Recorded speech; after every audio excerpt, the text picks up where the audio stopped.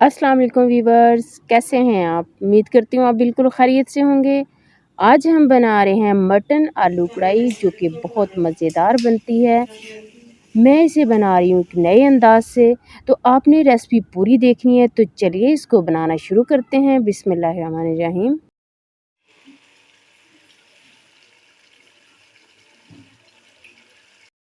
मैंने मटन का 3 पाव गोश्त लिया है। इसमें जो है ना हड्डी वाला और दूसरा मिक्स ही है। तो अब इसको सबसे पहले क्या करते हैं, फ्राई करते हैं।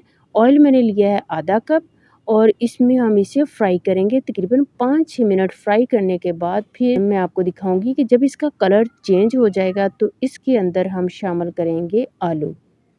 आलूओं को मैंने थोड़े बड़े पीसेस में कट कर लिया और इसे अच्छी तरह से धोकर रख लिया है। और इसके अंदर शामिल कर देते हैं। आलू शामिल करने के बाद हम इसे मज़ीद जो है ना वो 5 मिनट फ्राई करेंगे ताकि आलू जो है एक तो फ्राई हो जाए और दूसरा जो है ना थोड़े जो है ना गल जाएँ। तो गोश्त जो है वो देखिए उसका कलर बिल्कुल चेंज हो चुका है। गोश्त को फ्राई करने में तकरीबन 10 मिनट लग गए हैं। अब ये बिल्कुल फ्राई हो चुका है और इसे प्लेट में निकाल लेते हैं।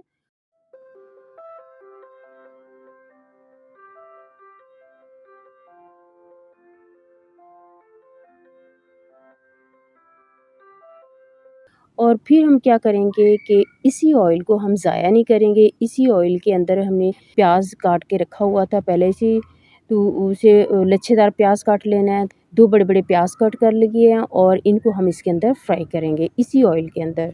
अगर आपको ऑयल थोड़ा कम लगे तो आप इसके अंदर थोड़ा-सा ऑयल मज़ीद शामिल कर सकते हैं। अब इसके अंदर मैंने शामिल किया है 2 चम्मच अदरक लहसुन का पेस्ट। गोश्त वाले सालन में हमेशा जो है ना अदरक लहसुन का पेस्ट 2 चम्मच डालती हूँ। उससे ये होता है कि एक तो स्मेल ख़त्म हो जाती है गोश्त की, दूसरा वैसे भी ज़रूरत होती है ज़्यादा डालने की। सब्ज़ी में आप कम भी डाल सकते हैं। तो अब जो मैंने आलू और गोश्त फ्राई करके रखा था दोबारा से इसके अंदर ऐड कर दूँगी। जब लहसुन जो है ना उसकी भुनाई हो जाएगी 2 मिनट, तो फिर मैंने गोश्त को ऐड किया है। तो गोश्त को अब ज़्यादा भूनने की ज़रूरत नहीं है। तो अब इसके अंदर में हम शामिल करते हैं मसाले। मसाले कौन से लिए हैं, मैंने इसके अंदर शामिल किया है दूसरा डब्बे वाला मसाला कढ़ाई गोश्त का, तो वो 1 साशे इसके अंदर चला जाएगा। 1 साशे मैंने पूरा डाल दिया है। तो नमक वगैरह और कुछ भी मैंने शामिल नहीं किया, सिर्फ़ इसी मसाले में हम इसे पकाएँगे। तो अब इसे तकरीबन 2 से 3 मिनट मज़ीद भूनने के बाद फिर इसे हम, ताकि मसाला जो है वो कच्चा ना रहे, तो मसाले की भुनाई होने तक इसे 2-3 मिनट हम मज़ीद भूनेंगे। और फिर इसके अंदर मैंने शामिल कर दिए हैं टमाटर। टमाटर आपने कितने लेने हैं, तकरीबन 3 से 4 टमाटर ले लें और मोटा-मोटा कट करके उनको शामिल कर देना है। अगर आप चाहें तो पेस्ट बना के भी शामिल कर देते हैं। इसके अंदर पानी डालेंगे तो ये बिल्कुल गल जाएँगे और पता नहीं चलेगा टमाटर।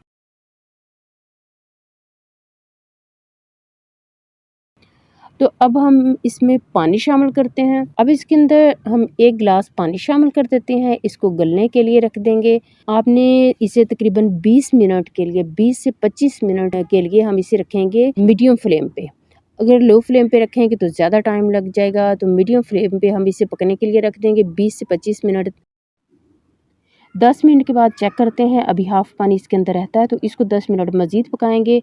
और जब तक ऑयल ऊपर नहीं आ जाता इसको पकाना है। और फिर इसे ऑयल ऊपर आ जाए तो हम इसे 2 मिनट मज़ीद भूनेंगे।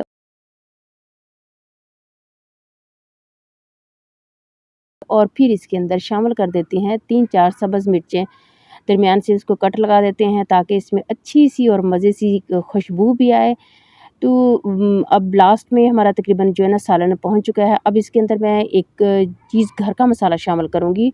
वो मैं तकरीबन अक्सर सालन में शामिल करती हूँ ज़ीरा।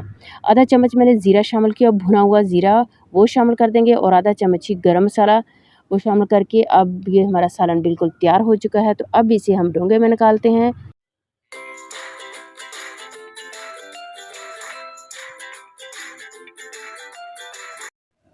लीजिए हमारा मज़ेदार मटन आलू कढ़ाई जो है ना वो बिल्कुल तैयार हो चुका है सालन। तो आपने ज़रूर ये रेसिपी ट्राई करके देखनी है और मेरे साथ अपना एक्सपीरियंस ज़रूर शेयर कीजिएगा और दूसरों के साथ भी ज़रूर मेरी रेसिपी जो है ना वो शेयर कीजिए। मुझे दुआओं में याद रखिएगा। अल्लाह हाफ़िज़।